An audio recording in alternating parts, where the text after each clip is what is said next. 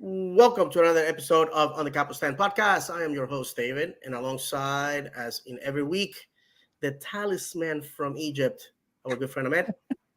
Hey, David, how are you, man? You crack Right, me up, good. bro. I got you off base, brother. And the pride of Cincinnati, John. How you doing, brother? Doing all right, David. How are you? Great. Tonight we have a special guest, so I don't want to keep him waiting. So quickly, we're live on Twitch at On the Capo Stand, X at On the Capo Stand, on YouTube at David's Channel 76. You can find us on Instagram at On the Capo Stand. We're live on Facebook at On the Capo Stand podcast. We're on TikTok at On the Capo Stand. We're on Threads at On the Capo Stand. We are on Blue Sky at On the Capo Stand. And you can catch this on audio at Apple Podcasts and Spotify. Thank you very much to the people that are watching us live. Thank you very much to those that are going to watch this later on during the week. And thank you very much to those that are going to be listening to this. Last episode, our most viewed. And this one, I think, is going to break the records because the person that we have is someone who I have a lot of respect for. 014, the number, remember it. A man with a wicked poisonous left foot, hailing from Sheffield, England, and that man is the true legendary Luke Boden. Luke, welcome to On the Capo Stand, my friend. Thank you for How you doing, accepting the guys? invitation. Thank you for having me on. I appreciate it. Absolutely. I appreciate it. No, That was a heck of a welcome, David. That was a thank you. I appreciate that, my friend. I appreciate that. For those that don't know you, Luke, if you could give a brief description of where you come from, how you got into football, and how you ended up in Orlando. So I'm from Sheffield in England. I played for Sheffield Wednesday, which is the blue and white team, not the red and white team. Uh, and I came over here. So I started playing for Sheffield Wednesday when I was younger. I went to their academy when I was about 9 years old, and then went through and signed a scholarship when I was 16 to 18, and then signed a professional contract with Sheffield Wednesday. And then I left Sheffield Wednesday about 21 to come over here in 2011. And I came to Orlando, and I've been here ever since, playing for Orlando City, and I've been in this area ever since. No, absolutely, my friend. And obviously, we're going to talk about your time once you decided to hang up the boots for the last time, your time with Rawlings College, and being one of the assistants for the men's football club. We use football here, but if you want to Okay. say soccer, it's perfectly okay. It's fine. You know, people know. It's Um, soccer to me. yeah, absolutely. There you go. Well, let's go. Let's go over the places where you have called home, Luke. Like you said, Sheffield Wednesday, who today find themselves in the championship in the relegation zone. Only a point away. There's gonna be a battle from. There's about six or Really seven. tight. Really Yeah, tight down there. There's a good 5, yeah, 6 teams, 38, 39 points, I think. yeah, and one that was hoping to have a young fellow from Orlando to save them from relegation, but that's a story for another day. Then after that, Chesterfield, which right now finds itself already securing promotion from the National League back to the EFL. Good for them. Good club. Rushden and Diamonds, which died in 2011, unfortunately, after 32 years of existence. That team was in the National League. And I already told Luke, nobody's perfect. Nobody's perfect. So the man had to endure playing for Northampton. All my Stevenage people know that it's a travesty, but people got to feed their family somehow. So that happened. And that team is finding itself 11th place in League One. First, let's go about yesterday, Saturday, at the event Honor Thy History. And I know some of my people in the UK have an issue with the way honor spell. If we're gonna say thy, DHY, why is honor spelled like in the States? I'm not gonna get into that. I already tried to explain that online. Listen, somebody that is dyslexic did that. So Luke, how was it, man? Coming back, having the fans talk to you and all that, being on the pitch, like back in the old days. Yeah, it was great. Kay Rollins, she does an incredible job with the previous players, and I've been in contact with Kay ever since I left Orlando City, and she's just an incredible person. And she does a lot for the players, for the current players, for the past players, and I'm sure for the future players to come. She's an incredible lady, and she always tries to get all the guys together. And Saturday was no different, and she did an incredible job, and it was nice to see some friendly faces. It was nice to see some of the fans that I remember from back in the day. They did a really good job with setting up the tents and stuff, so we could meet the fans and sign stuff and take pictures, and it was great. And then we got to obviously be on the field, like you can see here before the game. I got to take my girls on the field as well. My boys were at home, so I got to take my girls out on the field, which was nice. It was really special. It's always special for me to go back to Orlando and see some friendly faces and be somewhere that I call home. No, absolutely, and I think we have some pictures of Luke and the also legendary Jamie Watson. And I'll tell you guys, I gotta tell you this, Luke. Like I have not seen Jamie since 2013.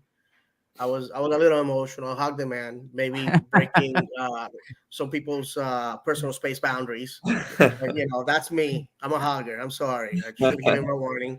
And Jamie being the incredible man that he is, he hugged me and I told him, I said, hey, everything that's here, you guys built, these players are standing on your shoulders.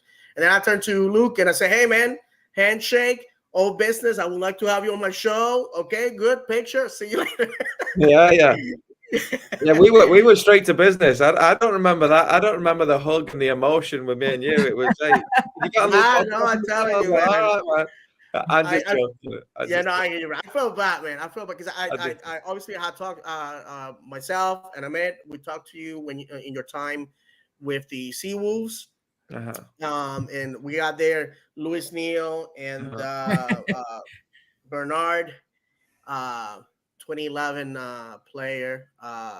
He remembered me, so I was super excited. Okay, this is in this picture. One of us has $5 billion in the bank, and the other one doesn't. And I have to say, I could have used my time wisely to talk about how I thought the team should be run, but unfortunately, there was not enough time. But we had a moment. I have to say, we had a moment. As you guys know, Mark Wilf is Jewish as yours truly, and we were talking tribe business there for 2 seconds.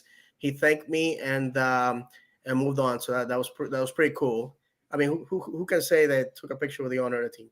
And we would like to acknowledge this. I'm gonna let you take over on this one as the resident Muslim because I had an issue with the happy Ramadan. But go ahead. Yeah, sure. So the club posted this today, so we wanted to wish all our Muslim brothers and sisters a Ramadan Mubarak, and including our very own Shaq Muhammad and Abdi Salim, believe it or not. So Yes, sir. shout out to them. Yeah. So the club posted this so earlier. again, it's a day of fast, it's a holiday of fasting, just like Yom Kippur for Jews is. And so you don't say happy. It's like saying happy root canal. It's a day of fasting and religious fervor. So just again, there's greetings for the holiday. I give the club a ton of respect. This year, they're finally dedicating time to our diverse fan base. Thank you very much. I know when they include my holidays, I feel special. So thank you very much. And what else do we have there? The vault. About, man. We can do the vault and then go back to Luke real quick. And because Luke had his hand on 1, 2, 3 of those trophies there. I saw the soccer Jedi from Sheffield lift a couple of those, and I'm so excited. And I joined Jamie Watson on what he said at the stadium, and I'm paraphrasing a little bit, where he said, "Thank you to the front office for restoring our history," because as you guys know, for many years we've sort of pretended that never happened. When Jared took over football operations, he had the focus groups with the season ticket holders. I was one of them, and that's one of the things that people were saying. We live in this limbo where the USL era never happened. We need to honor it, and they're doing it just that. So thank you very much. So, look, you play for the Tampa Bay Rowdies. We're not going to indulge in that. Some people have hard feelings about that.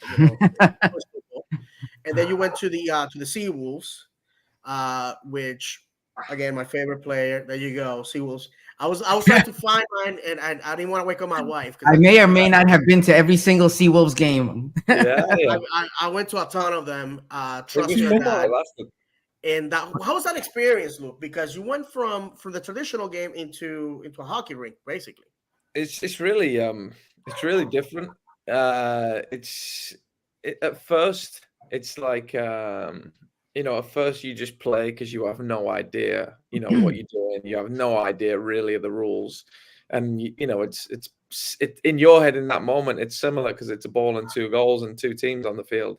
And then when you're there for a couple months, then they start teaching the rules, and then they start saying there's a defending team and an attacking team, and then this happens and this, and then it just becomes incredibly confusing, and it takes away from the sport in a way. They just tried to make it so different to football, but it's football, but it's just indoor. But they just tried to take it, and I don't know the rules of hockey, but I guess it's pretty similar to that. But it was, I mean, it's really fast paced, the music and all that stuff. It was good. It was fun. Like I said, it was fun while it lasted. I got to share the field again with Lewis, which was nice. He's obviously a good friend of mine, so that was. No, absolutely. And by the way, I go to a lot of hockey games as well with the Solar Bears. And all you need to know about hockey is you shout to the referee that he's an idiot, you drink, and you wait for fights. And you make sure that the puck doesn't hit you if it goes outside of the rink. That sounds like good advice. Absolutely, that's it. John, do you have anything to ask Luke before we go into the meat and potatoes of his appearance? No, I'm interested to hear what he has to say about the questions that you have for him, and I'll probably have a couple for him as we go. My brother. All right, look. So, one of the things that I have I noticed, and I'm gonna preface the question. My team Stevenage, which this fan base that watches the show is sick and tired of me talking about the teams that I follow overseas. 2.5 years ago, sold a 13-year-old to, I believe it was Manchester City, if I'm not mistaken, a 13-year-old academy kid for £500,000. I was like, what? You're paying £500,000 for some kid that is in middle school, but that's how it is. And one of the things that I have noticed talking to my friends in England and in Israel and in friends that are here in Orlando that are from Footballing Nations is the academies are open to anybody. You just go, you try out. If you're any good, then you keep moving forward. And this gives an opportunity to kids that perhaps come from poverty to excel and become big names in football. Here in the United States, it's different. My kids play football, and I gotta give them a shout out because my experience with them was fantastic. A shout out to Coach Paul at First Touch, fellow Englishman, and they worked on the principle of teaching the basics, and also as a parent, to me, I thought it was cruel until I saw the value in that. Once my kids won the championship twice in a row, was that if you win, you get a trophy, you get medals. If you don't, unlucky. That's the first word that I learned from English football. Unlucky. Try next year. And so, what's the difference that you have seen? Because I know you and Louis Neal were involved in an academy at one point. What's the difference between how an English kid can approach the sport, perhaps make it a professional career, versus an American kid that basically, if mom and dad don't have the money, guess what? We may have the next Ronaldo, Messi here, but we're never going to find out. I think you've hit the nail on the head. I think back home, it is for everybody. The best players play. If you're good enough, and you're going to get seen by scouts from various teams, and then they have you come and train, and you do well at the training sessions, and now you're a part of their program, a part of their team. And then, through the years, if you continue to impress and continue to grow as a player and as a person, there can be, a lot of success at the end of that road. It's not easy. And I think that's where it's different to the American model. And I don't think this will change because there is so much money involved in youth soccer in America. But it is a pay-to-play model for the most part. And that's, in my opinion, it's wrong. It's easy for me to say it's wrong because I don't get a paycheck from youth soccer. It's hard because that's not real life, right? You can't, if someone's better than you at your job in real life, you're going to lose your job and this person's going to come in front of you. And I think sometimes it can teach the wrong things. And I think to be successful in soccer, yes, you definitely need ability, but there's far more than ability that you need to be able to succeed at the highest level. The mentality portion, probably 70% of the game.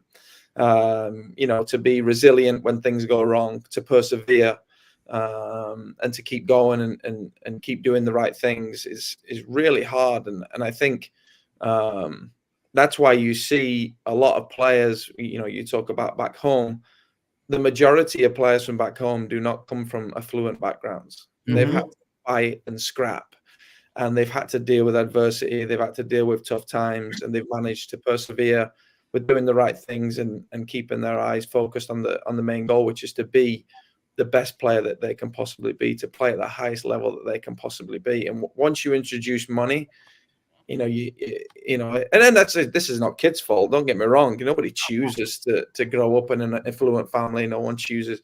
But I feel, I've had these conversations many, many times. I feel it's really hard to coach mental toughness. I feel like it's really hard to be taught that.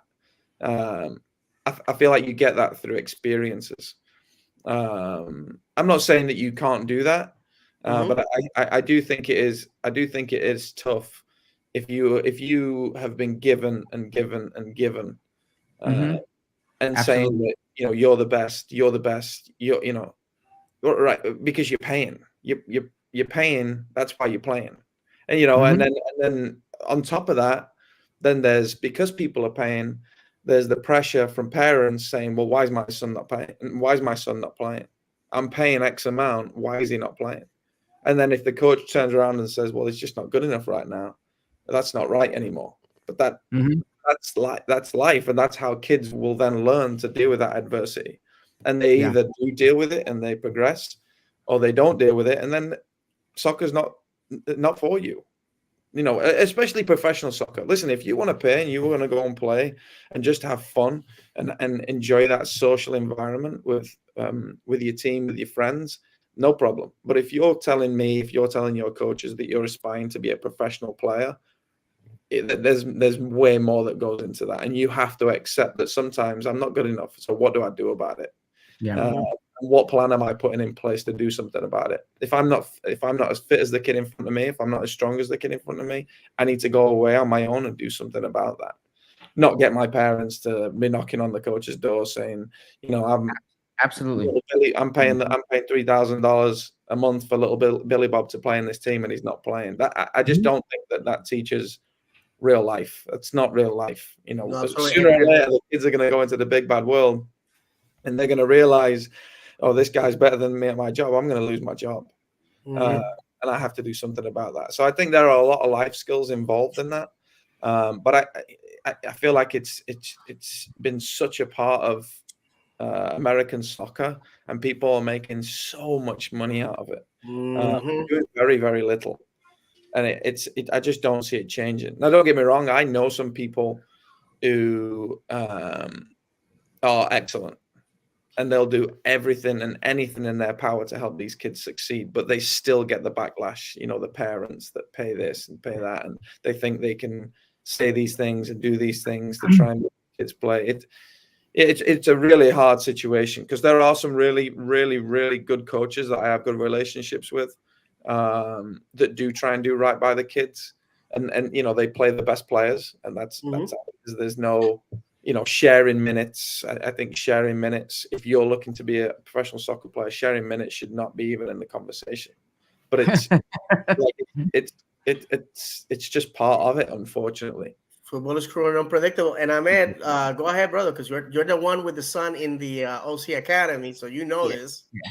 Firsthand. No, well, my son, he's 11. He just turned 11, and he's playing for the one of the soccer schools at the training facility. And it was his first year playing competitively. He went from playing rec to that, and I had to have a conversation with him. To your point, I'm like, if you're not getting the time you want, I'm like, don't tell me. I'm like, you need to work. You need to do what you need to do in the off time to get to that point. And to your point, Luke, it's like it's preparing them for that. That's real life. I'm like, if you don't work, you're not going to get where you need to, right? And it was a struggle for him in the beginning. But your point. I mean, somebody said if Messi and Cristiano Ronaldo grew up in the U.S., they would never have been discovered because they Absolutely. couldn't have afforded to be discovered. And for me, Absolutely. that's the part that frustrates me the most because, like, I get the whole pay to play part, but there's so much talent I feel like that we miss out on because they don't get that opportunity. Where if they were somewhere else, they would get that opportunity and they would learn to deal with that adversity because they wouldn't have it given to them. My son has one of his coaches is a great guy, and he says to him, the problem is you have everything that you want, right? He said, growing up in Colombia, I didn't have any of what you have. You have it at your fingertips, so you take it for granted, and they lose that hunger in a sense, right? Yeah. So it's like I'm excited for him, but at the same time, I'm disheartened. I'm like not. I don't know. It's a tough It's good. I situation mean, to be in. Like for soccer, for football as a whole, it's just like yeah. frustrating. I mean, your way of thinking, the things that you're teaching your son, that's that I think that's admirable, and I think everybody should have that view, right? Everybody should encourage their kids to be like, yeah, you're not playing, we've got to deal with that, and what are you going to do about that? How are you going to change that? Are you going to sit here talking to me, telling me how this is wrong, or are you going to actually go and try and do something about that? So I think that's a really positive way to deal with it. And don't get me wrong, the world's changed now. How I was coached, the conversations that I had, they've completely changed. Mhm. But you can still teach your kids in a way that teaches them to deal with adversity, to persevere with doing the right things, and then to try and better themselves, to try and get in the team. I watched an interview. You've probably seen it, the Robin van Persie interview, when he talks about his son at PSV.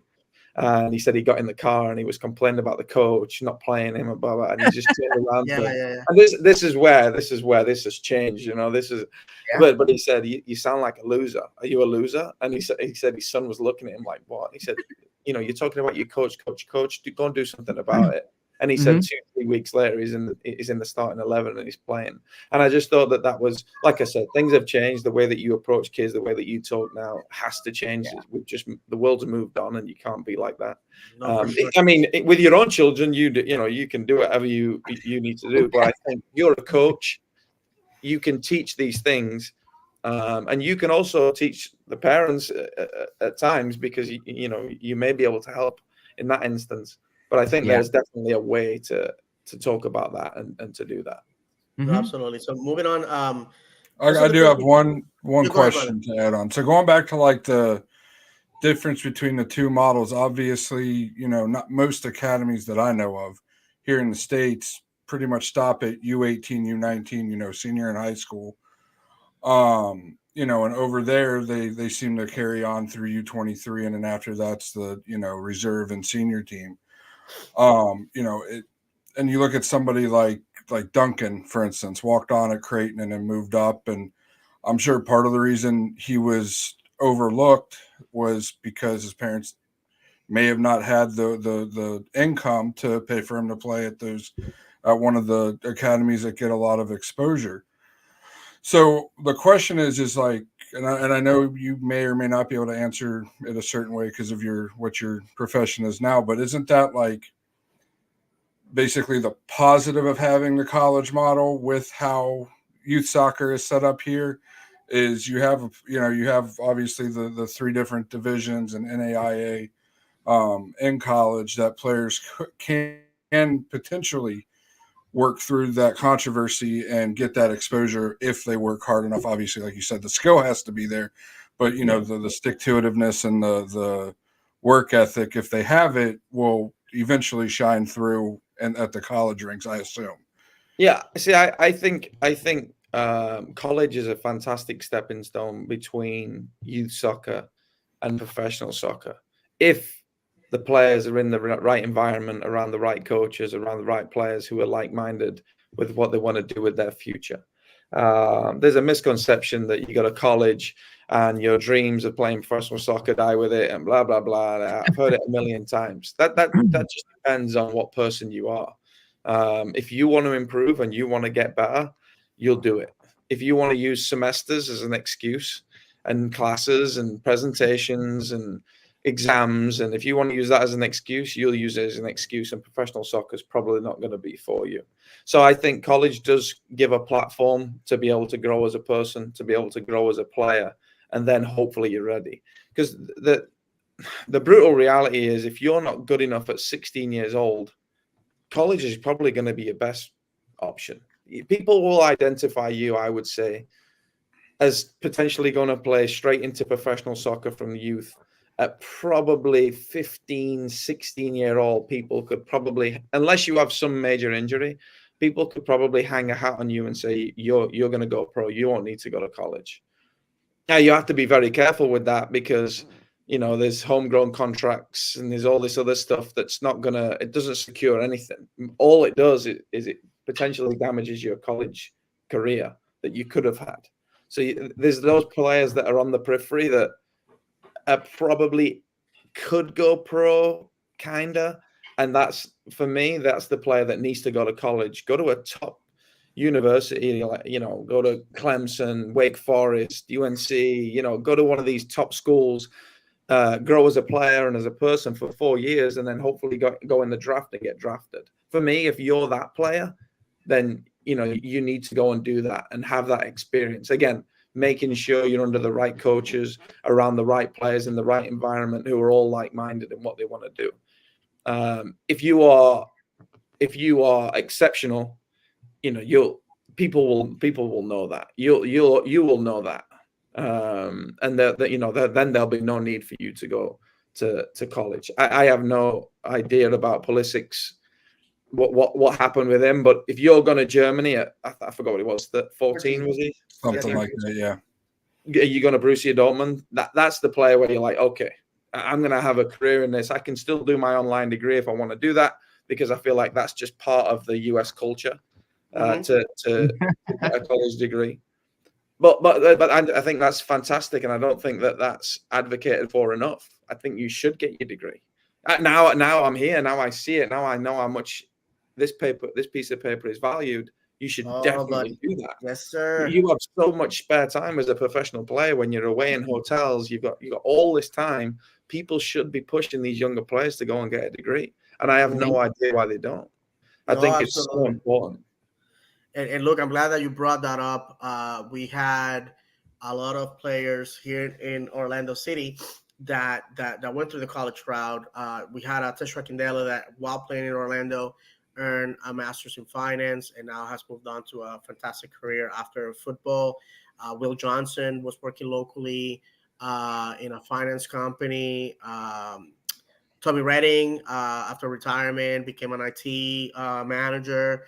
And then right now in our squad, we have Kyle Smith, the accountant, a guy that actually has a bachelor's degree in accounting and is a certified CPA, who does work around tax season to keep his accreditations. I think that's insane.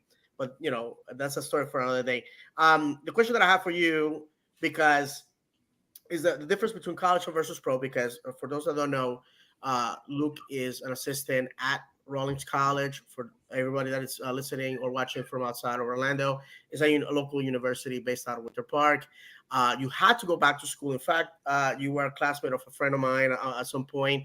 I went to college at a late age. I graduated high school. I went into the Navy. By the time I got out, I was 22. I was the old man in the classroom, a bunch of kids just fresh out of high school. And then I had a break in between, and I did not return to finish my bachelor's until I was 30, married.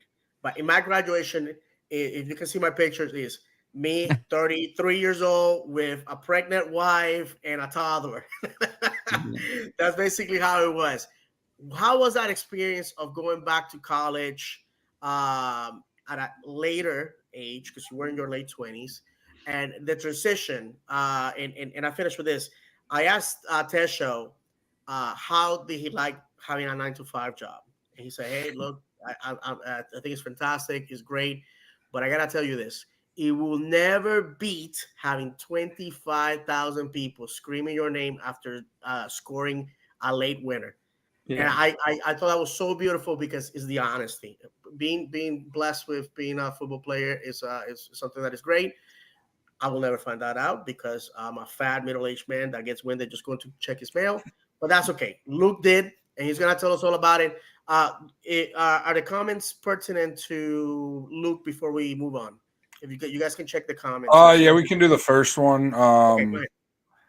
Magic City said Telly Hall also became a police officer or cop. Yes, SWAT team, by the way, because I talked to him.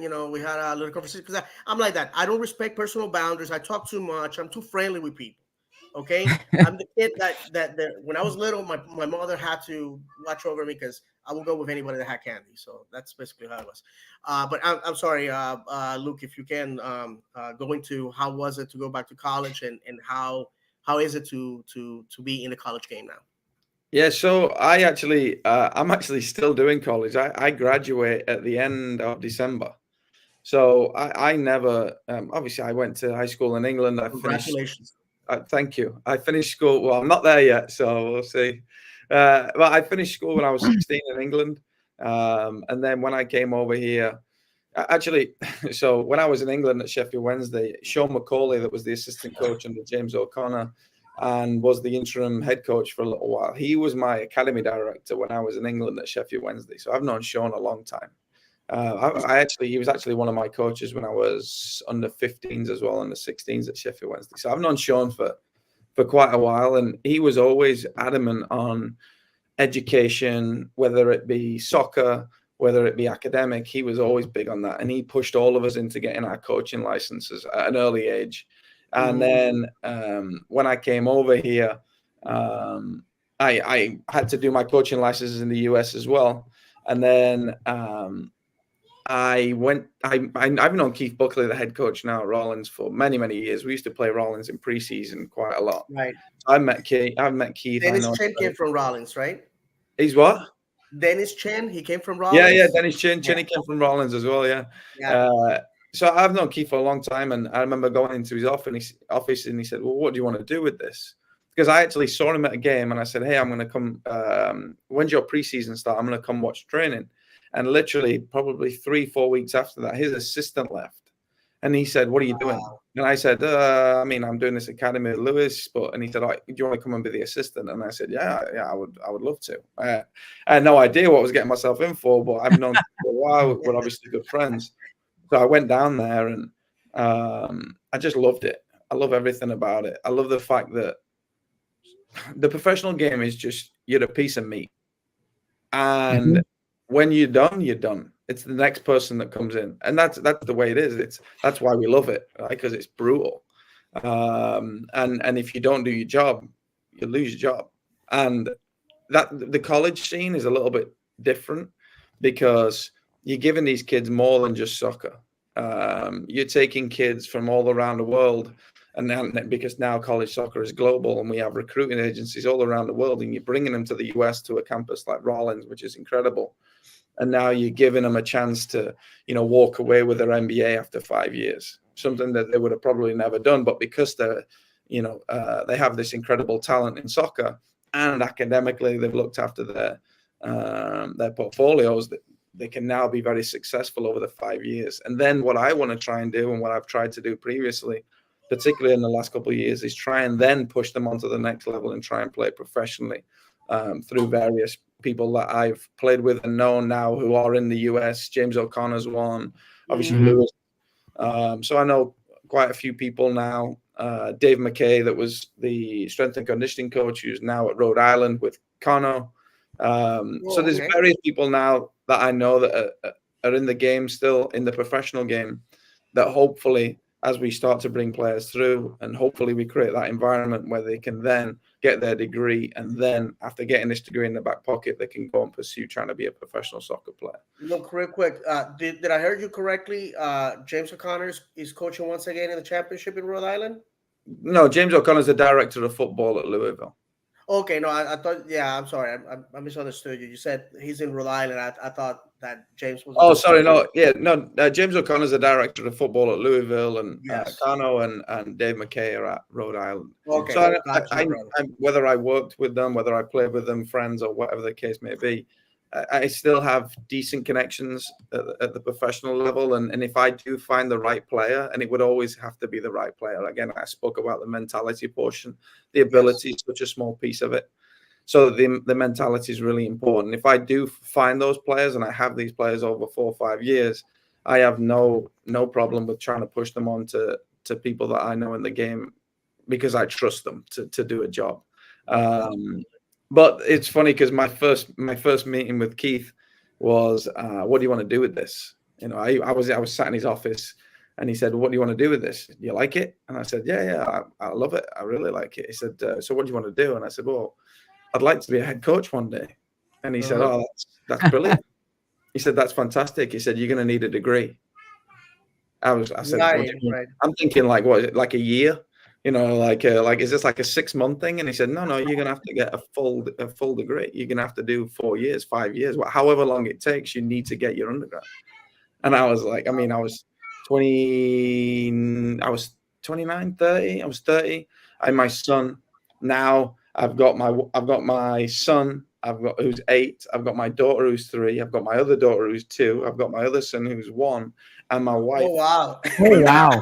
So doing an undergrad degree, as well as working at Academy, at Excel Academy, and working at Rollins, it's been you're a busy man, my friend. And I can't wait to get my degree, but in the end, a little bit worth it. So, it was a shock. And I know that a lot of your former teammates have done great in the managerial. Right now, we have Anthony Pulis, who was OCB, St. Louis FC, Inter Miami, and now is in RSL. Luis Neal was the interim at down at Miami, who another former line has taken over, Antonio Nocerino, and obviously the beloved Rob Valentino, who was assistant here at OCB and has been with Atlanta for years now. So is that your goal eventually, get into the professional ranks? No, I listen, I loved playing when I was playing. I loved everything about it from a kid. I loved it. I absolutely adored playing. And all I wanted to do was play professional soccer. Now I've done that, I'm good with leaving professional soccer where it is. And I really, and now I genuinely really enjoy the people that I work with. I enjoy, I enjoy the players. I just enjoy everything about it. And we have seen that the college football here in the United States does produce stars. We in Orlando, I mean, the draft has been very generous with us. And we're gonna conclude with this. What's the process to become a manager? I wake up tomorrow and decide that biomedical engineering is not what I want to do anymore. I want to become a manager. Where do I go? Where do I start? It's funny. I drove down to the game the other day with Lewis, and we were talking about what makes a good manager. Like, how do you know if you're a good manager? How do you know if you're a good coach? And we were spitting out various things, tactics and blah blah blah blah blah. And we concluded with the best coaches get the very best out of the players that they have, and I think that's something. If you look at the highest level, people always talk about Guardiola. Obviously, he's an incredible coach, been very, very successful. However, the question mark above Guardiola is always the budgets that he's had to work with. He's always worked with the top teams, with the top budgets. He can go out and buy whoever he wants to fit his philosophy. And that's why That's why you look at a Jurgen Klopp who doesn't have that, who's never really had that loose purse string to go out and buy whoever he wants, to go and do whatever he wants, and yet he's got the very best out of absolutely everybody in his environment. And I think that's what makes a top coach. Getting the very best out of the players that you have, and implementing your philosophy. I think that's, it's a good gauge of what a good coach would look like. And obviously results play a big factor in that. But I think if you do as Klopp does and you get the very best out of people, I think the results are a byproduct of that. Fantastic, my brother. Well, Luke, before we let you go, we would like to revisit your stats. John, I think you have. I got it. It's meant to illustrious You career. got it in the text, okay. So let's revisit that for those that Oh, don't know who is the man that is visiting us tonight. I want to make that clear because there was some controversies, Luke, about people saying, "Well, nobody knows who those guys are." I had a moment with a fan while I was waiting to talk to you guys. We're gonna discuss that later because I don't want my man Luke Boden to catch strays. This, my friends, is the one and only goal that Luke had in MLS. Unfortunately, it was an away goal, so he couldn't hear the roar of his people. And he's a golazo from top of the D, baby. Top corner. I remember this goal. I remember this, and the reason I remember it is because it's Joe Bendick goal. And when he came to us from Toronto, I hammered him about it because he palms it into the goal. And we did a media day. We did a media day, and it was me, Joe, Breck, Lewis. I think Seb was there because we all get put into groups for the media day. And I just knew, you just feel like I just know what's coming here. And I knew that these people were going to go on me scoring against Joe, and they did. And he was fuming. And I was laughing. He's such a good guy. We had a laugh with it. It was good. I said it went down the middle of the goal, to be fair, and you made it look decent by palming it into the top corner. And he laughs. He's such a good guy. But yeah, I always remember that. Yep, I have his stats right here. So Luke played 147 total caps for our club. 98 of those was in USL, 49 in MLS. 6 total goals and 18 total assists. And coming from somebody that basically moved to Orlando that right about the same time the club moved here. I moved here in 2012 and fell in love almost instantly, man. It's been a heck of a ride. And, I was sitting there in 2017 crying like a baby in the stands when we opened the stadium there. And, what David said earlier, everything really is stacked on, your guys' shoulders. And we are very appreciative of everything you guys put towards this club on the pitch. I appreciate it. That's really kind of you. Absolutely. So, Yes. Luke, I want to first of all thank you for accepting the invitation. Yes. Also, I'm gonna allow the guys to say their piece. I'm a very sentimental person, and I say this with all the honesty in the world. We have a fantastic community. What we saw Saturday, regardless of the result, regardless of what happened on the pitch, is that our community, you guys that paid for your ticket and filled the terraces of that stadium, have made a great community where people, once they decide I'm done with football, they decide to grow roots here, and that goes miles. Also, because this laborers of football, as I like to call them, they help our community's football traditions get better. I'm very proud of saying that. I don't claim that I know everything about football. I know passion. When we close the show every night, Luke, we say, football is the sport for those that don't mind having their mouth smashed and their hearts broken. I have cried over this team. I have allowed 11 men to play with my emotions on the weekends. My wife is a football widow during the season. She knows. There's on the weekend. There's three places where you're gonna find me: synagogue, the stadium, and at home. If you want to assassinate me, find those places. You're gonna see me there. And look, I just want to tell you, man. At least from me and from my kids and from my wife, thank you for the years of happiness, the joys, lifting those trophies, the effort, and thank you for becoming one of us. I know that every time that the former Orlando City English players become American citizens, His Majesty cries because we're stealing subjects from him, but that's okay. But that's what happens when you send your best and brightest to the land of the rebels. We keep him. So, Luke, thank you very much, man. I can't say enough to say that thank you for representing our colors and fighting for the badge. At least this humble fan will never forget. Guys, if you have anything else to add. Yeah. Thank you so much, Luke. I mean, um, it's nice to be able to have this connection with the players, and I say players because once a lion, always a lion. So it's not former players; it's players. You're part of the team. You're part of the community.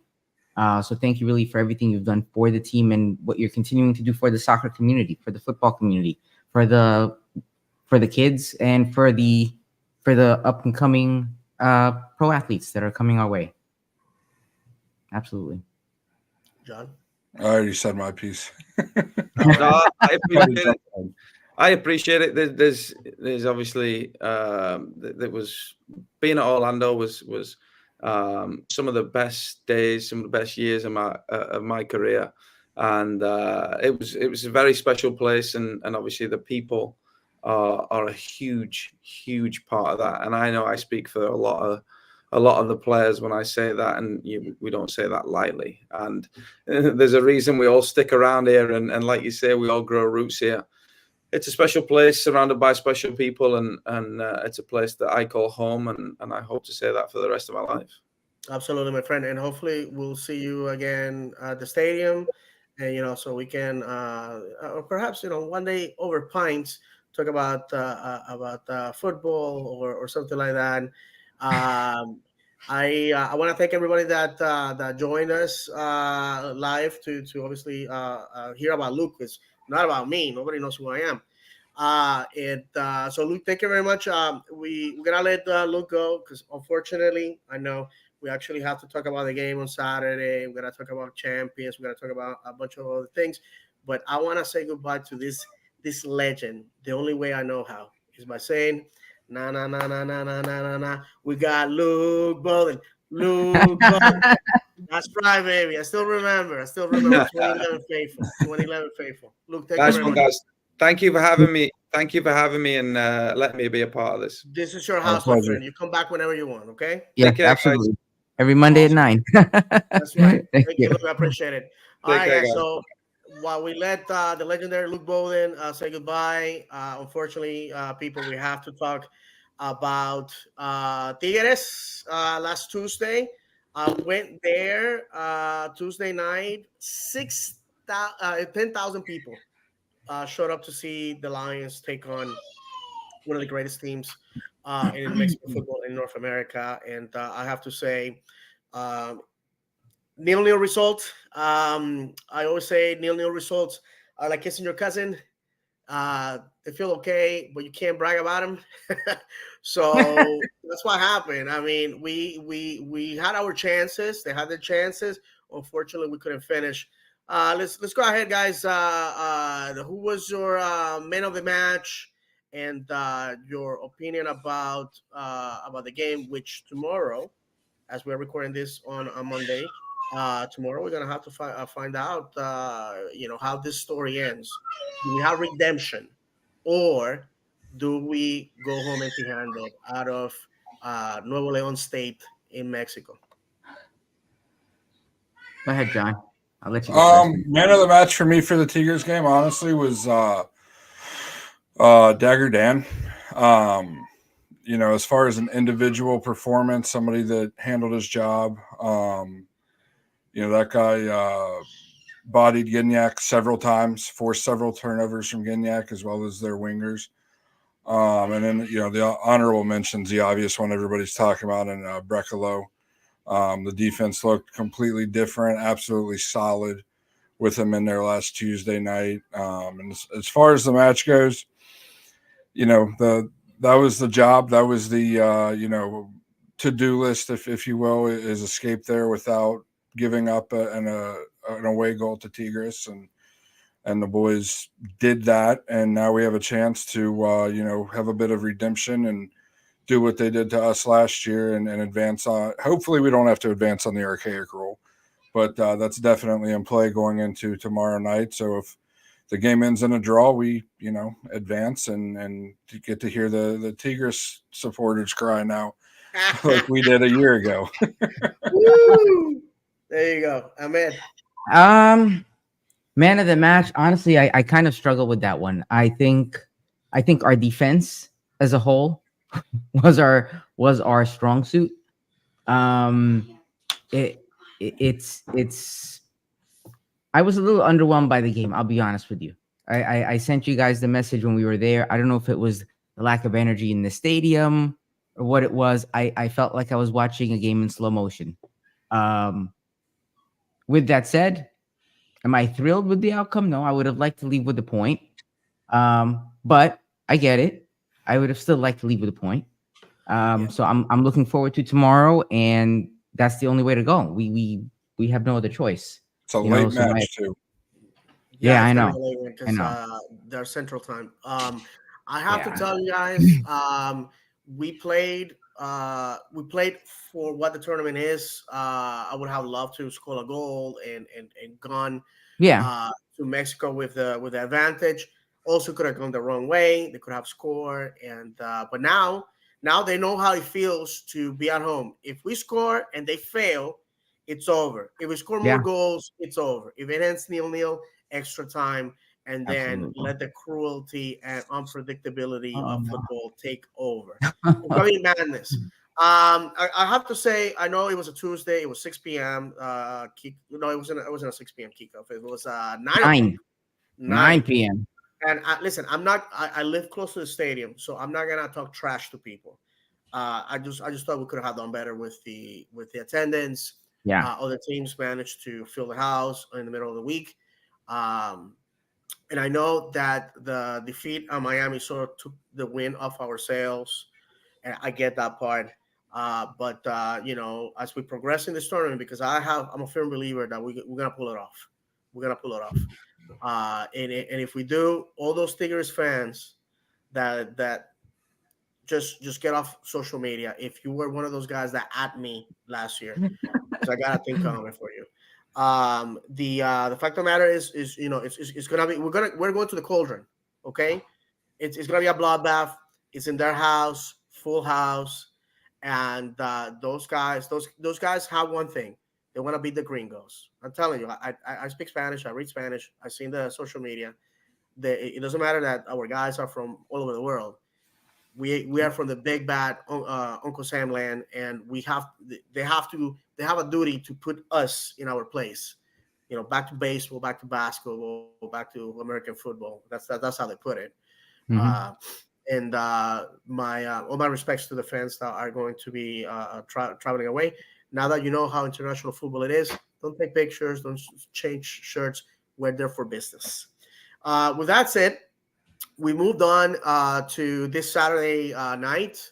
Honor Thy History Night. Incredible moment. Had a blast as we discussed that with Luke. And first year without Inchi. I would have loved to have seen it. Oh, how great would it have been if Inchi was still in command of Minnesota to have the fantastic night with an architect of our club. Um, we scored the fastest goal in history, and I believe, correct me if I'm wrong, we missed the fastest in MLS history by 6 seconds. All I remember is I wasn't ready to sit down, and this happened. Let's go ahead and watch. Looking to get off the mark offensively in 2024. And we are underway at Enrico Stadium in Orlando, Florida. Orlando City in those legacy kits, going from right to left, and quickly an interception by Santos, driving forward. Just seconds. Get in, boy. Get your dancing shoes. Woo! Blackburn, cry me a river. Insane. Guys, what you thought about that? And it happened in front of you, John, so you had a great view of it. Yeah, I mean, me and Ahmed said last week, let's start out strong, and they do that, and I'm like, okay, here we go. This is, this could be a good, a good game, a good, nice strong start, and it quickly changed after that, but beautiful finish by Duncan, and when Luke was saying earlier about the controversy with and it's 70% the mentality for somebody to become a professional athlete or a professional soccer player.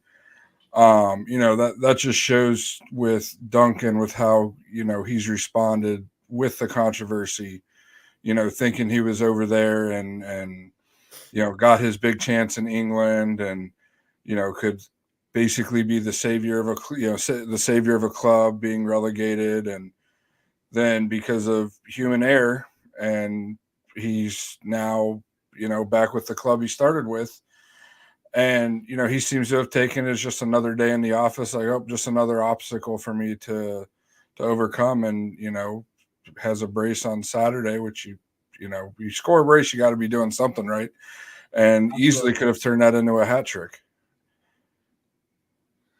Ahmed?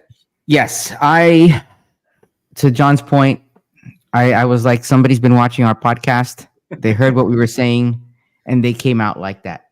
I mean, the goal I had before was the retirement of what did I call it? The retirement of Duncan's goal. Yes. The retirement of the Toronto player. Yes, this is like 13 seconds in heaven. I'm gonna call this one because Michael Bradley. Thank you, Michael Bradley. There are 13 seconds in heaven is this one. That is a night for me. That is what I want to see from the team. It doesn't have to be 90 minutes of that, obviously, right? I'm not expecting 90 minutes of those first 13 seconds, but that's what we want to see. Even the casual fan. That's what the casual fan wants to see. That's what every fan wants to see. Even if it doesn't go in, it was just how we played for those seconds, that aggressiveness, that energy. People didn't, like you said, some people weren't even in their seat, and they were like, what the heck is going on?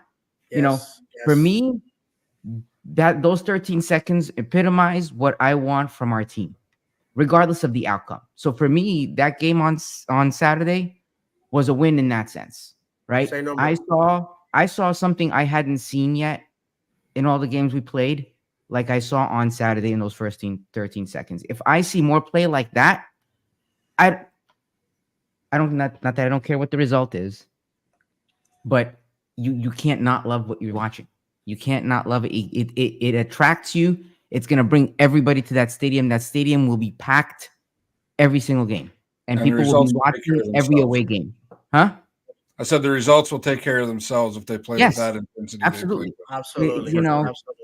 I'm coming up with Ahmed's pyramid of beautiful football. I was getting ready to have that for today, but then Luke came on, and I was like, forget it. So it's all good, that's what we're looking for, man. That's all we need. Just what we saw there. Let's go to the comments, brother, if you don't mind. Yeah, sure.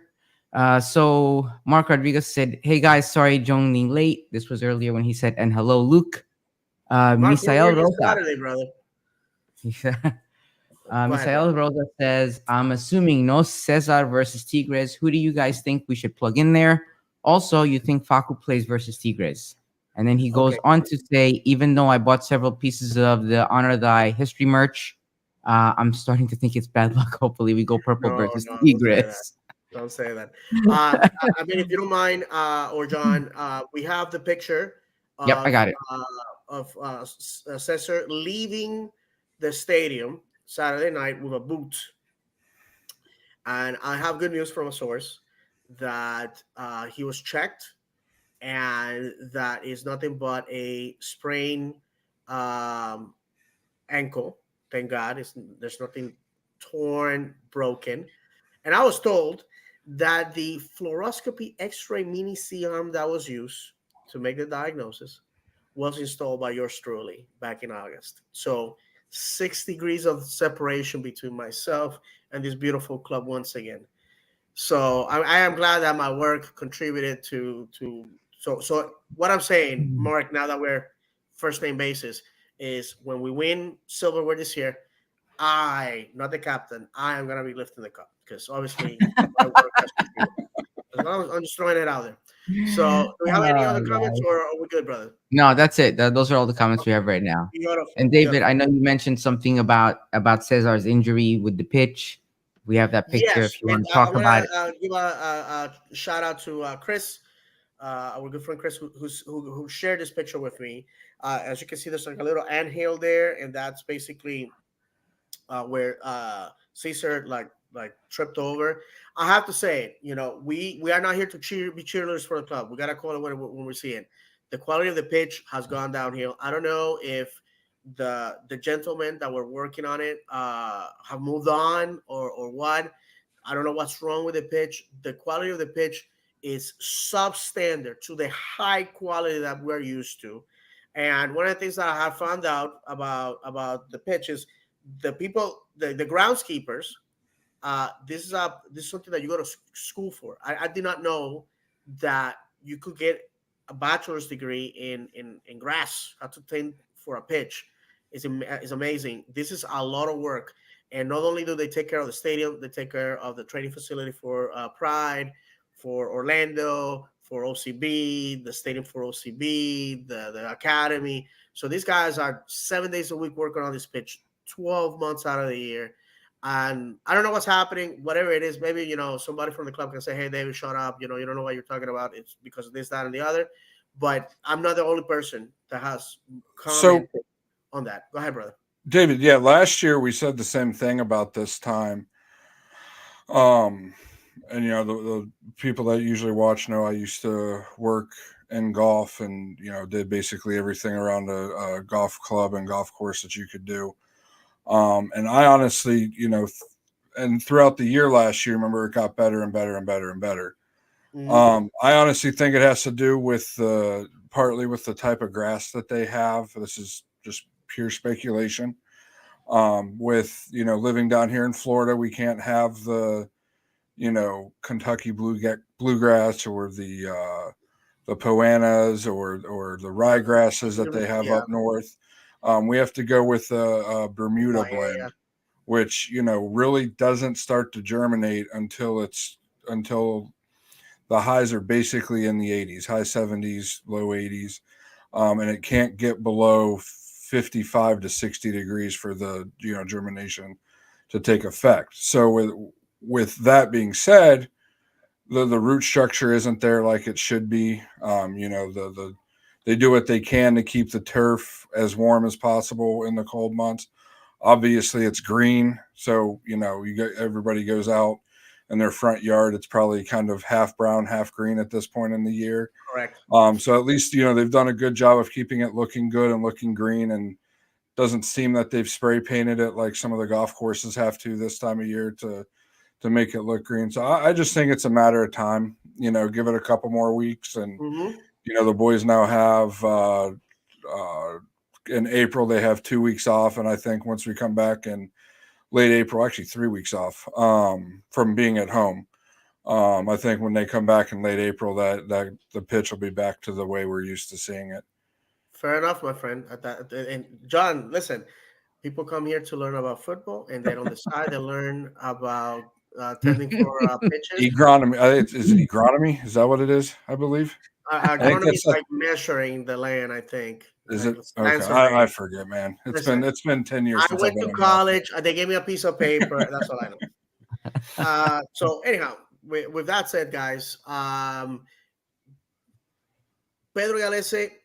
Go ahead. Yeah, Miss IOS, how about Faku? Any injury news? We I haven't touched on heard anything. Cesar. He has some trouble with his shoulder, and they just gave him the night off. Is that simple. Hmm. Um, he flew to Mexico. My understanding is that everybody that was available did so, and we'll find out. We'll find out tomorrow night who's gonna be on the pitch and who isn't. It's do or die in front of a hostile crowd. I trust Oscar Pareja is gonna use his sound judgment. That's what he gets paid for. So I'm not gonna speculate about that. Guys, so the game did not end with that goal. Pedro Galese showed us he is human. And I'm gonna preface the goal. I don't know if Ahmed or John are ready to show the second goal. So while the guys are do that, I'm gonna tell you this: Pedro has done that many, many, many times before. And if you said in section 3, you have heard me say one day he's gonna get caught, and he did. If you look back in slow motion, he could have had kicked the ball for a corner, kicked the ball for a throw in. He chose to play a dangerous game, and it cost us at the end. In my opinion, had that goal not gone in, we would have never been here. And also, our defense trusted that he was going to clear like he always does. Yeah. Nobody went to protect at the open goal, and that's how Honestly, I felt like it was a miscommunication too. I felt like there was a level of miscommunication between them all because I don't think he was ready for it. And then the defense the attack was right on top of him. Did you want to go to our second goal? Is that what we're talking about? Or if we can, for the sake of time, I see that we're over an hour. Yep. Let's go to the goal, the last goal that they scored. The second goal that Duncan had was beautiful. All of you guys are invited to go check out the highlights. But this is the goal that settles who leaves with the points out of Interco Stadium Saturday night. Yep, I'm getting it right now. Sorry. Here we go.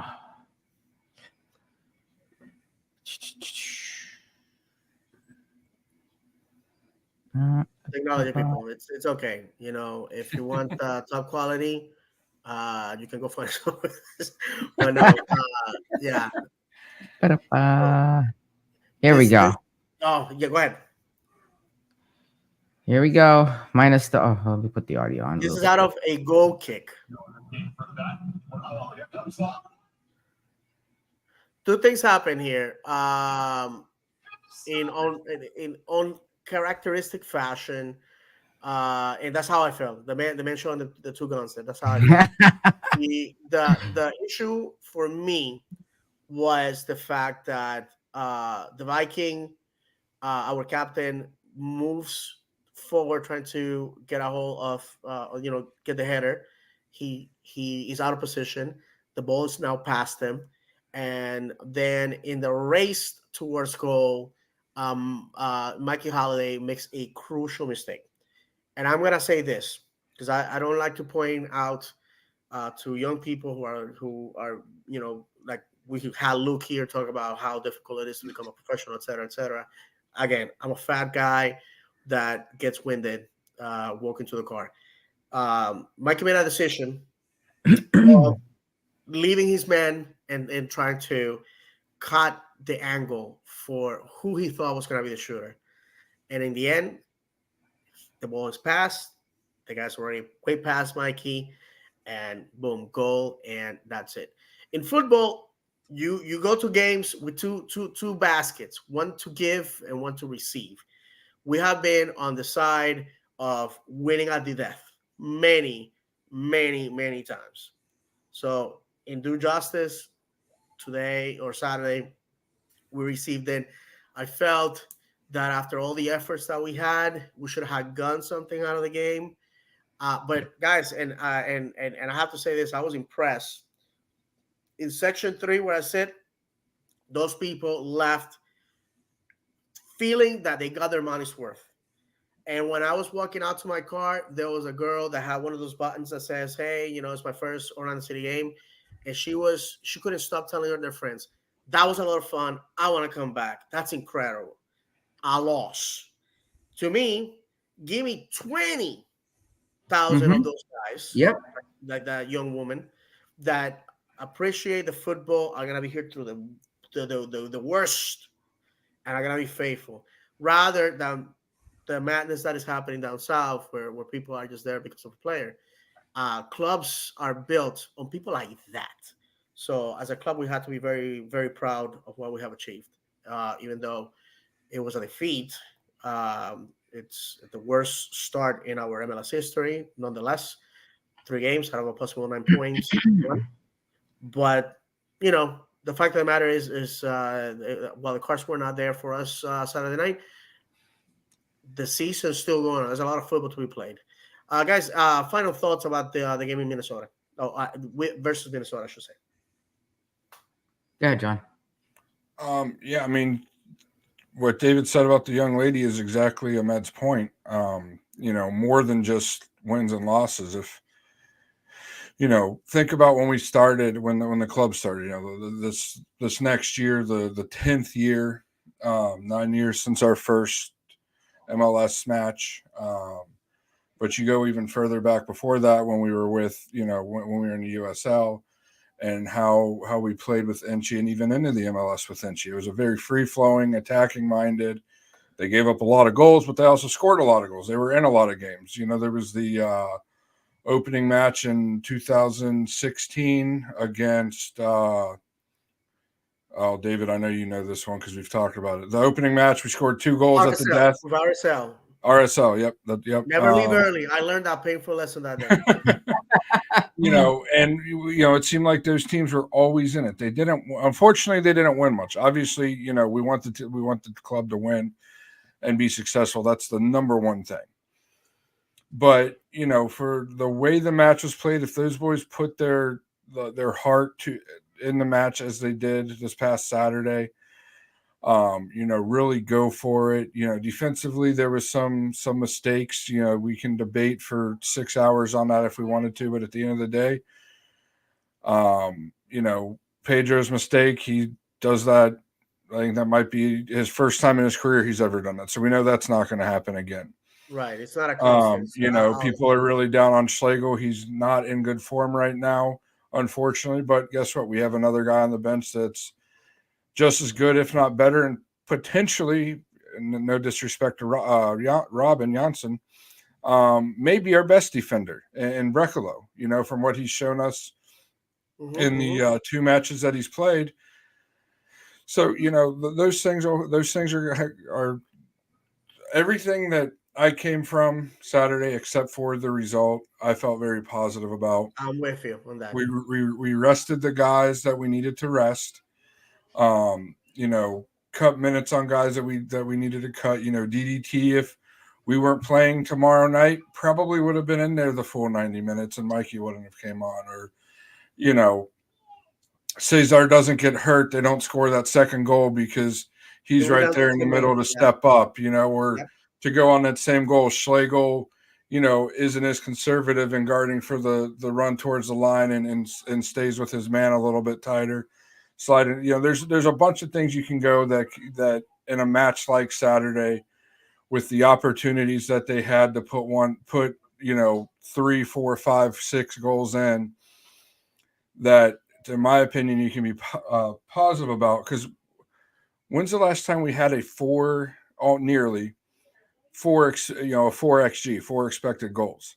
I don't remember it. Even on the ones that we scored for, we weren't at 4. Correct. We had a 3.91 XG on Saturday. Say what you want about XG, it does say something about the quality of the shots. And so the game, it was 3.91, and we're like 1.2 something. So, the boys were there offensively. It's now just that final piece of putting the ball into the back of the net. Maybe Duncan doesn't anticipate the defender clearing it, and he whiffs, and then Duncan's slow to react to put it into the net. Because Duncan's going to put that in the net 95% of the time when he gets the ball in that position. That just happened to be the one time he doesn't. So a lot of positive from Saturday. I feel like it was a huge step from where we were a week ago against our little brother down south. I mean, listen, I'm the oldest. I'm the oldest of 7 kids. You got to let the young ones win, the little ones win every once in a while just to make them feel good. And sometimes you have to let them win big, so the next time you come and you really show them who's boss. So going forward tomorrow night, I'm excited. Reinvigorated. Last 2 matches, a lot you can take away negative, but I feel like there's a lot more positives to take away than negatives over the last 2 matches, Tigres and then Saturday night. Absolutely. Ahmed, anything else to add? No, you know what? I mean, honestly, the only thing I would add to what John said, there's been a lot of talk here and there about who should be playing, who shouldn't be playing, what issues people are having, who we shouldn't be playing, or who should be playing better, and all this stuff, including the conversation that we've all heard about Duncan, right? Everybody was like, how's Duncan going to be? Is his head going to be in the game? So I hope what people see today tells them where his head is at. Yeah, absolutely. I'm not, it's easy to judge people when you're sitting there watching it on a screen or watching it when you get up and do the 13 seconds that they did, Yes. and then you can come and talk to me, then we can talk about it, so For sure. I think we covered it all. I'm not going to, kill a dead horse. We No, covered it all. absolutely. Yeah. I think that the winner of the night was Duncan's new girlfriend, who spent a fantastic week in Orlando. I don't think in Blackburn or Manchester this would have been the same. So congratulations, young lady. First of all, a hunk of a man that you got by your side, and thank God you didn't have to suffer going to Blackburn. Instead, you came to Orlando. So to me, the winner of the night, man of the match, women of the match. To me, women of the match. Jokes to the side, my friends. This Sunday, after coming back from Monterrey, we're gonna head out to the state of Georgia, the Peach State, to face our eternal foe, Atlanta United. That's going to be at 7 p.m. this Sunday at the house that the Falcons built. Right now, Atlanta is in 9th place with 3 points. They are the team in the East that has played the least amount of games with 2. And they just come back from beating New England 4-1 at home. What should we expect? Turf, one of the widest pitches in MLS. Hostile crowd, tired legs, mileage. I gotta before I let the guys go, we're gonna, I'm cognizant of the time. We're gonna put it this way. If we go for the tie, I wouldn't be mad. Because it's in tall order to go against a team that has less mileage than you, less games. CONCACAF does this to every team every year. We've been playing 3 games a week for almost a month, and it's catching up with us. Guys, quick thoughts about what may happen in Atlanta. Got it, Matt. I went first last time. Honestly, I agree with you. David. For me, it's not the outcome as much as it is the performance. Given the back and forth that we have, I would be fine with a draw. I'd just like to see a good performance, if anything. It's tough because we have the Leagues Cup coming up, but we have the CONCACAF, we have this, and a team like Atlanta. Are they participating in any of that stuff right now? No, right? No, absolutely not. No, exactly. So it's kind of an uphill battle for us, but I think we're capable of at least pulling out a draw. A win would be great, obviously. We'll see what lineup Papi has in store when we get back based on how things go. I think a win would do a lot for the team's confidence in that sense, just from a regular season standpoint. Mm-hmm. But it also has to do with how we come out of that game against Tigres. So absolutely. Yeah, to wrap things, I'm sorry, John. Go ahead. Honestly, yeah. I mean, I just want a good performance. Papi special, maybe a draw, and just honestly, man, on these plastic fields that I still don't understand. We're not playing in a U.S. Open Cup because the fields are subpar, but we're playing league games on plastic fields that have been proven to cause injuries. I just hope for a good performance and everybody to come out healthy, no knees, no Achilles tendon snap, nothing like that. And, really, I feel like if we advance on Tuesday, Poppy will have another rotated squad. If it doesn't go our way tomorrow, we may see them kind of push a little harder for the win with more of a full lineup on Sunday, because it's our longest rest between matches since we started playing.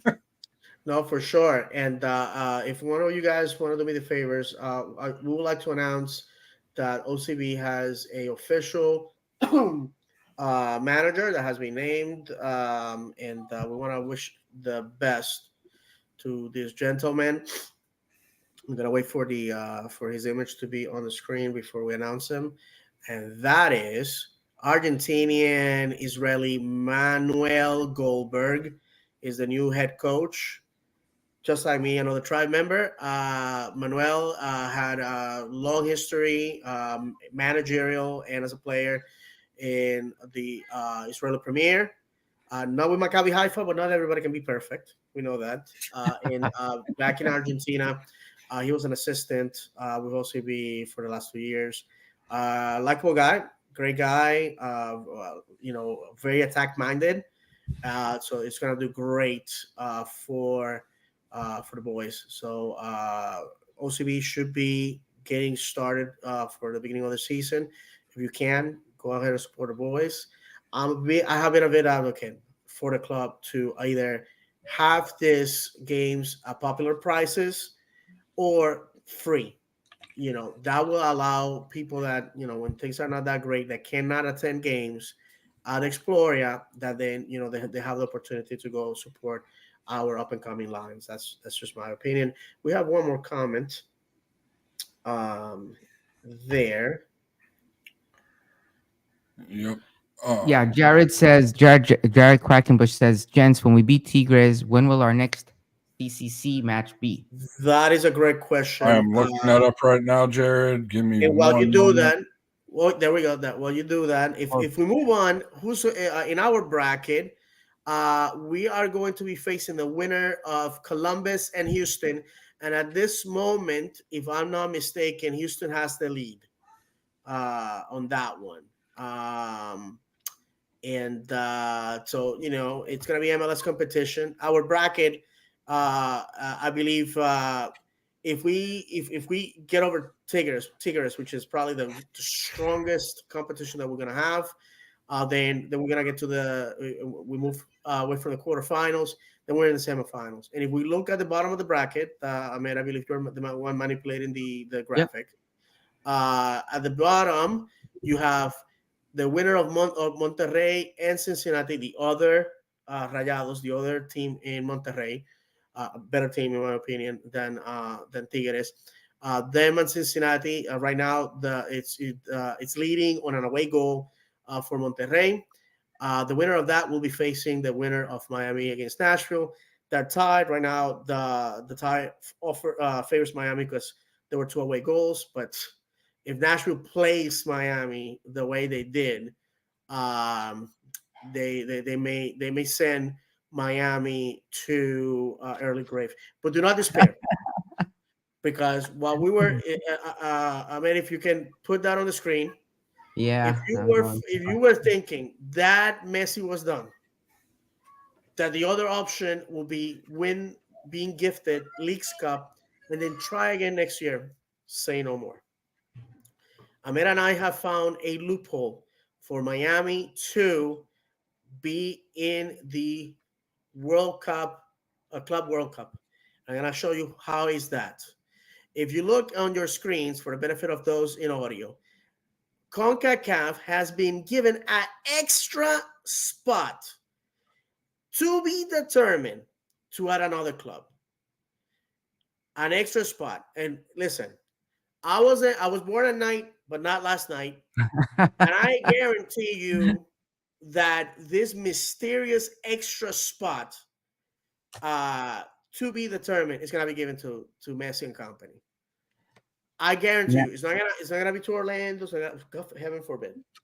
Now, David, do we want to just give some people the background on this, just in case not everybody's following? Please, Lucas. Right now, I'm just So basically, what happens is, for those of you who are not familiar, the winners of the FIFA, the CONCACAF Champions Cup, will go on to play in the FIFA Club World Cup. So similar to like the regular World Cup, but with clubs versus nations.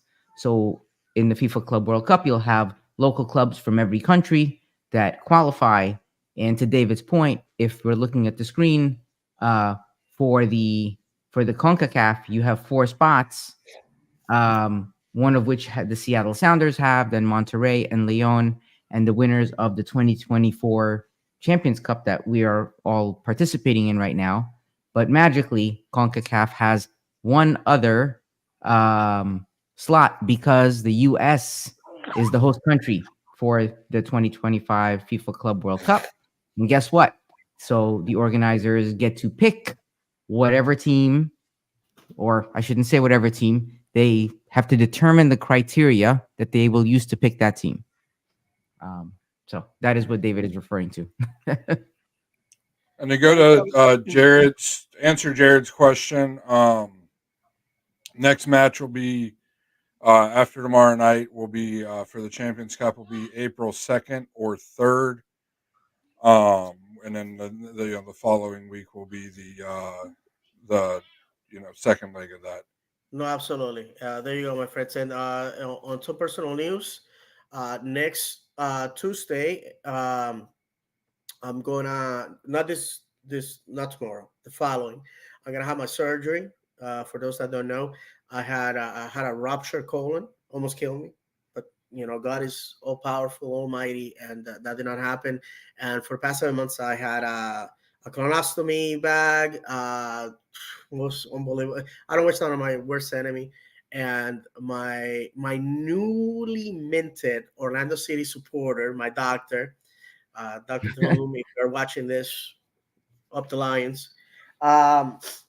He's gonna be putting me together, and I'm gonna be here for the next show, hopefully talking about a win. And if the following show, if I'm not up to snuff, I'm probably gonna surrender the host seat to one of the guys, or perhaps I'll miss that altogether. But I believe in my doctor, and I believe in a higher power, and I know that everything's going to be okay. So to the prayer warriors, to the people who want us to make good vibes, please do so. To the 12, 13 folks Saturday that checked on me, talked to me about the show, gave me a hug and everything, thank you very much. I don't want to name anybody because I don't want to forget anybody, but you guys know who you are. I'm humble by the appreciation that this fan base is generating around the show. The show's about you guys. For those that are watching, because I realize there's a lot of people that don't watch us on a regular basis, you can also be on the show with us. We'll send you the link, and you can be on the screen with us talking. Tonight we didn't do it because obviously we're pressed for time. We also wanted to give Luke the opportunity to talk without the pressures or anything like that. Once again, thanking the legendary Luke Boden for being with us. Nothing, guys. Let's just leave on a positive note. If you can play the video that I sent you with the little kid. Yes. This has a story. It's taken the world of football by storm, especially Spanish-speaking world. This little 7-year-old kid, Fran, was being interviewed about what he thought about his Club Talleres from Cordoba, Argentina. What he thought about his team beating Belgrano in the derby. And his answer is, you guys never win. We won Saturday. Let's go Talleres. Let's go Talleres. If this is not football in one 10-second video, I don't know what it is. Go ahead and hit it, brother.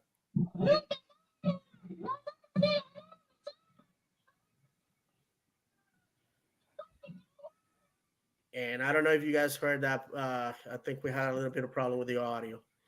But I'll play one more time. Okay, go ahead.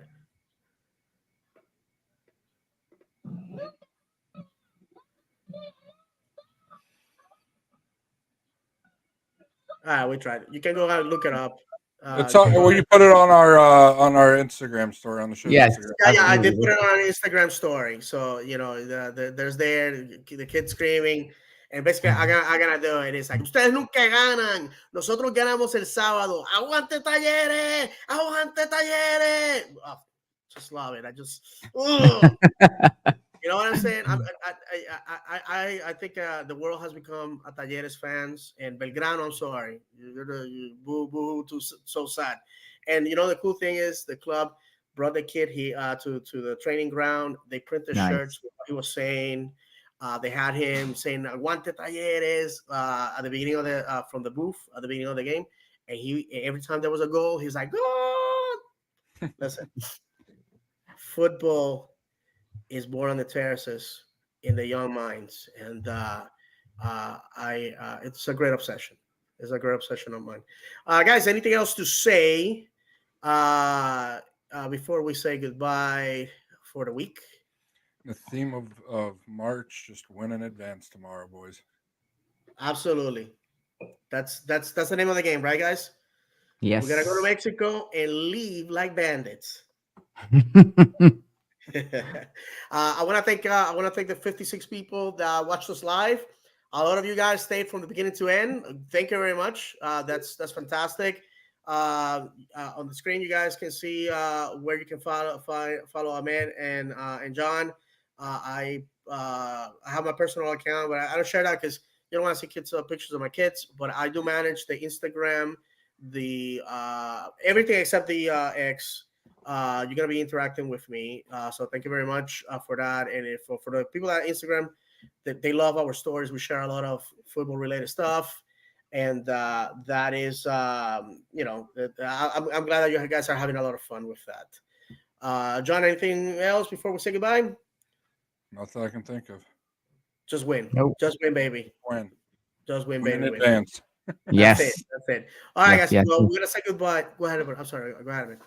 No. Yeah, just win. All right. Just win. Good deal. Oh, Good deal. you know what? Before I forget, for those listening, if you didn't hear last time, the gentleman Diego from the Team Outlet store, if you mention the podcast, he will give you 15% off on merchandise. So Say if that you go again. visit him, make sure to mention the podcast, and he will give you a discount on the merch. And that's over off of 535 over by Lake. 535 and LBV, Yes. right before you get to 192. Right, that's it. The Yep, club, around there. the Orlando City Pride outlet store. That's Kissimmee. Yeah, Yep. yeah. He has Orlando City, Orlando Pride, and Magic too. Absolutely, go support the guy. And thank you very much for extending that to our audience. Appreciate that. Just to let you know, we're self-funded. We pay for this simply because we love the club. So hopefully you guys are gonna join us next week, and we say goodbye like we always do by reminding everybody that football is the sport for those that don't mind having their mouth smashed. Football is cruel and unpredictable. Football is played on grass, not on paper. If you haven't cried over football for joy or anger, have you ever really football? From myself, John, Ahmed, and the legendary Luke Boden, may God bless you. And as always, vamos, Orlando! Up the Lions! Up the Lions!